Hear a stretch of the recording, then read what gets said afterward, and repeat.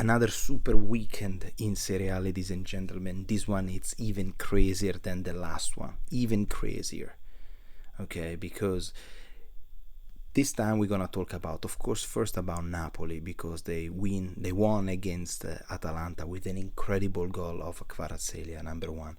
Number two, we're gonna talk about the defeat of Inter with a goal of Daniel Maldini, son of Paolo Maldini, grandson of Cesare Maldini, AC Milan flag, So we're gonna talk about their defeat as well, and also about that incredible match that was in the afternoon in between Sassuolo and Roma that I watched, and it was super fun. 7 goals in one match, red cards all over, penalties, anything happened. Really good. Also just finished to watch Juventus winning against Sampdoria. Deserved victory by Juve that is still slowly climbing. I don't think they will gonna be able to finish in the top 4. We will see, also because next Saturday, yes, there's gonna be Inter Juventus in San Siro, so I'm sure Inter want to take a little revenge over Juventus. So that's gonna be an interesting match already for the next weekend.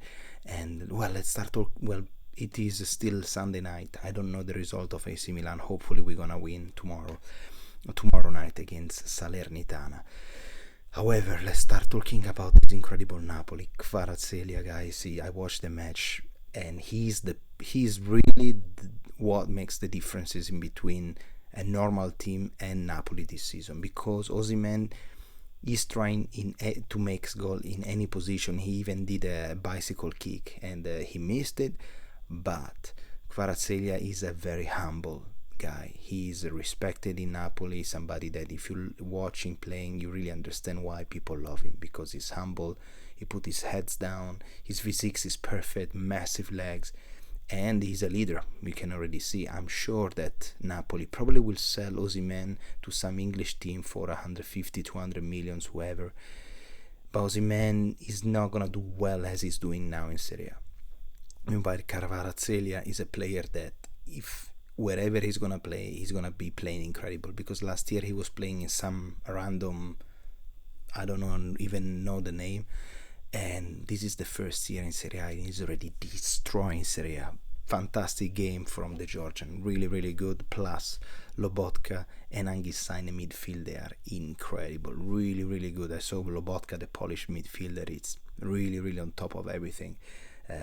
It's like a little dictate the tempo of the match. Really good. Enjoy watching Napoli. They're gonna play against Frankfurt on Wednesday. And who's gonna play on Tuesday is actually Inter, that like Milan the week before facing Tottenham, they lost the last match away. They played against Spezia 2-1 with a goal of Maldini. Incredible. That is very much history, guys. Goal of Daniel Maldini after a few minutes, that he entered with a beautiful assist of Nzola, then eventually scored the 2-1, okay, because it was a 1-0 Maldini, 1-1 for a fault over Dumfries for Inter, and then Lukaku scored at minute 83.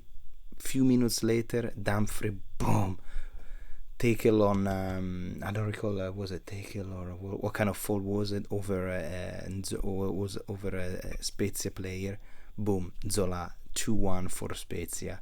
Inter, unfortunately, Inter is having a lot of problem, because only Cremonese and Salernitana both had 26 goals. Only those two teams have conceded more goals away than Inter, concede 24. So I think away Inter has an issue. At home it's pretty good, but when they play away they always have this issue. And guys, if you're an Inter fan, what I can tell you is that clearly this year something is missing. I can tell you, for Milan fan, I know what is missing. It's missing the competition.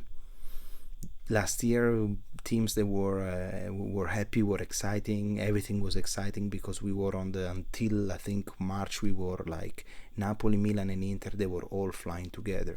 So of course the team, it feel the competition, feel the excitement. Now, I don't think it feels the excitement, and that's why they make a lot of mistakes. I don't know. I think it's all about that, about goals. Because in the Campionato, neither Milan and Inter, they have anything to wish. Just finish on top 4. I think they're gonna have that under control. We will see.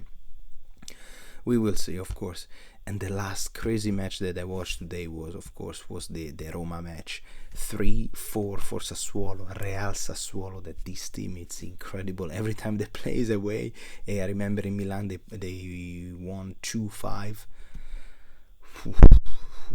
That was a little bit crazy because over the first half already they were winning 2-0, then they did the 2-1, and then the last minutes on the first half there was a guy from Roma, Kumbulla, that made something that you don't do it.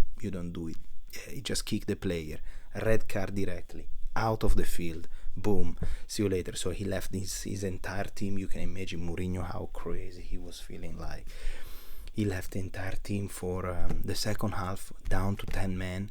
They did the best they can do. Then they got another goal from Pinamonti, Berardi, and so on.